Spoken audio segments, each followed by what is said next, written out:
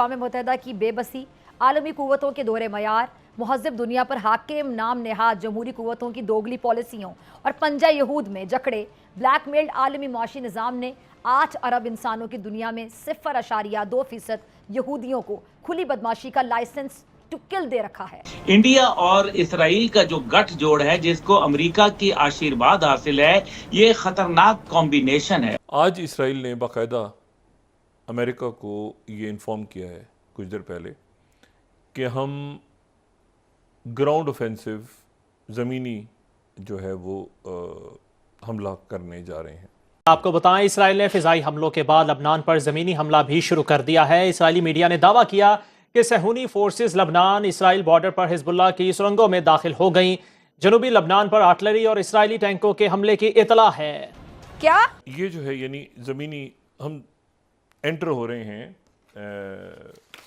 Lebanon के अंदर। Israel जो है वो अपनी तमाम हदूद से तजावुज़ कर चुका है और नतीजा ये है कि आज मशरक़ वस्ता जो है एक बड़ी जंग के दाने पर खड़ा है। इन तमाम तर चीज़ों में ना ईरान का किरदार बड़ा डिसअपॉइंटिंग लग रहा है। जिस तरह से उन्होंने आज कहा कि हम अपने ट्रूप्स नहीं भेजेंगे, फोर्सेस नहीं भेजेंगे। नमस्कार, आप सभी का स्वागत है पाक मीडिया कॉमेडी के एक नए वीडियो में। उम्मीद करते हैं आप सब बहुत अच्छे होंगे। दोस्तों, इजराइल ने लेबनान के ऊपर ऑल आउट वार की तैयारी कर ली है।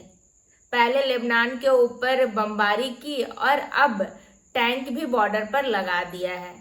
अब पाकिस्तानियों को लग रहा इसमें तो पाकिस्तान कुछ कर नहीं सकता है सिवाय प्रोग्राम और झूठा प्रोपेगेंडा के अलावा, क्योंकि पाकिस्तान तो झूठा प्रोपेगेंडा करने में सबसे आगे है। और आप सब पाकिस्तानी मीडिया को भी जानते हैं कि कोई भी मुद्दा को वो बढ़ा चढ़ाकर बोलने में सबसे आगे है। और आज पाकिस्तान को डर लग रहा है कि आज लेबनान की बारी है तो कल हमारी भी होगा। तो आइए देखते हैं इसको लेके पाकिस्तानी मीडिया का क्या रिएक्शन आ रहा है। लेकिन वीडियो में आगे बढ़ने से पहले चैनल पर नए हैं, चैनल को सब्सक्राइब कर ले और मेरा वीडियो अच्छा लगता है तो लाइक शेयर भी कर दे। तो आइए देखते हैं आज का ये वीडियो। हम अपनी आंखों के सामने देख रहे हैं कि एक इतनी बड़ी कॉज जो है उसके खिलाफ इसराइल अमेरिका और अपने हवारियों की सपोर्ट के साथ एक पूरी कौम को ख़त्म करने के दरपे है। एक पूरी कॉज, एक पूरी सोच को ज़मीन बोस करने के इक़दाम कर रहा है। लेकिन हमारी मुस्लिम क़यादत जो है वो किस बेहिसी की नींद सोई हुई है। ये मातम और ये नोहा तो हम पढ़ते रहेंगे जब तक हमारी जान है। इसलिए कि ये लोग, मैं समझता हूँ, कुछ ना करके कोलैबोरेट कर रहे हैं इसराइल के साथ और अमेरिका के साथ, क्योंकि उस खित्ते के अंदर जितने भी अरब ममालिक हैं, जितनी भी दूसरी रियासतें हैं, उनमें मोस्ट ऑफ देम, उनके अंदर जो है वो अनपॉपुलर रजीम्स मुसल्लत है वहाँ लोगों की मर्जी और मंशा के खिलाफ। इसलिए वो अपनी हुकूमतें बनाने के चक्कर में अमेरिका की नाराज़गी मोल लेने के लिए तैयार नहीं है। बदकिस्मती की बात यह है कि मुझे अपनी हुकूमत के बारे में भी यही कहना पड़ेगा और मेरे ख्याल से कहना चाहिए, इसलिए कि हमने भी लिप सर्विस के अलावा और कुछ करके नहीं दिया है। बयानात जारी कर देना जो है ये तो एक PRO करता है, आपको पता है ना। कोई किसी की मौत हो गई है, किसी की हलाकत हो गई है, तो एक ताज़ियती बयान जिस तरह जारी किया जाता है, ये बयानात इसी तरह फॉरेन ऑफिस से इशू होते हैं, जिसका कुछ मतलब नहीं होता ना इसराइल जैसे मुल्क की सेहत पर कोई असर पड़ता है। और ये हम सब कुछ इसलिए नहीं करते हैं जो हमें करना चाहिए कि अगर अमेरिका बहादुर नाराज़ हो गया तो हमारी अपनी कुर्सी का क्या बनेगा। ये एक बदकिस्मत बात है, लेकिन हम तो बहुत दूर हैं। इस्माइल आनिया टारगेट हो और इस्माइल आनिया के साथ उनके 5-6 जो क्लोज गार्ड्स हैं वो टारगेट हो, कोई और टारगेट हो। अच्छा, ये वो जगह है कि जिसका महीनों पहले पता था ईरान को कि जो उन्होंने यहाँ पे ठहराना है। अक्सर VIPs को वो इसी अपार्टमेंट बिल्डिंग में ठहराते हैं। तो आप समझिए ये उनका एक किस्म का रेड जोन हो गया। और उनका रेड जोन जो है कितना अनप्रोटेक्टेड है।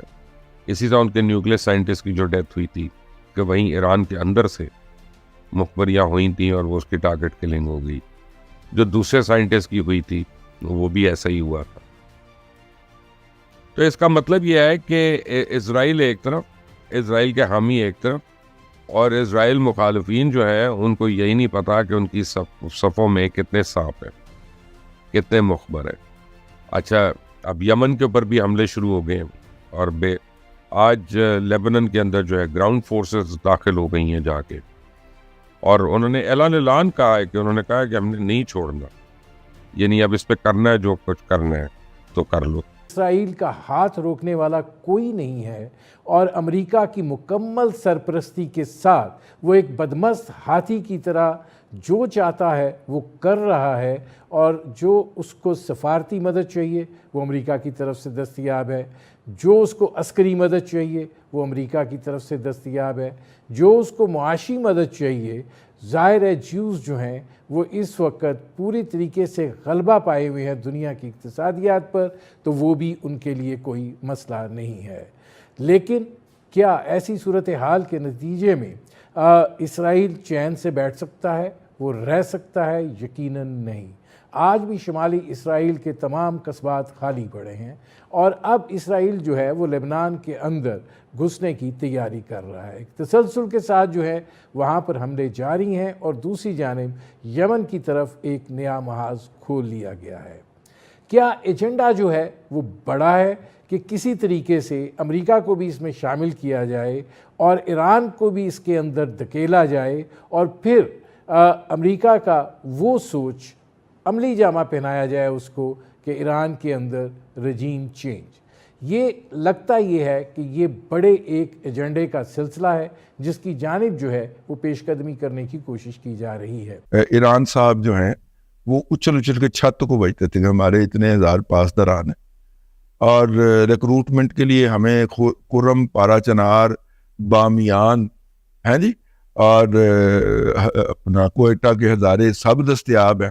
फोर्स हमारे पास मरने के लिए विली है, मतलब कि काफ़ी ज़्यादा अबंडेंट है, हम उनको ख़रीद सकते हैं, ठीक है। तो इसलिए हमारा कोई क्या बिगाड़ सकता है, और हम जनाब मुस्लिम वर्ल्ड पे कब्ज़ा करेंगे। और जब वो खाना काबा के ऊपर जनाब कब्ज़ा करने का दावा करते या नारा लगाते, तो बहुत सारे लोगों की जो थी वो चीखें निकल जाती कि यार ये आप कैसी बात। अब ईरान ने कभी वो सऊदी अरब को धमकी लगाता है, कभी वो यूएई में घुस जाती हैं उसकी फौजें, उसके जजीरों के ऊपर कब्जे कर लेती हैं, कभी वो कहीं चला है, कभी वो जो है वो कुवैत के ऊपर दावेदार हो जाता है। इराक को तो पूरा उसने कंट्रोल किया हुआ है, शाम की पूरी इकॉनमी चूस गया है वो। जिस तरह से इजराइल के डिफेंस मिनिस्टर ने कहा है कि हसन नसरुल्लाह की शहादत is not the final step, इसके बाद आगे भी बहुत कुछ है, तो इसका मतलब है कि आगे भी ये हिजबुल्लाह के बड़े लीडर्स को टारगेट करेंगे।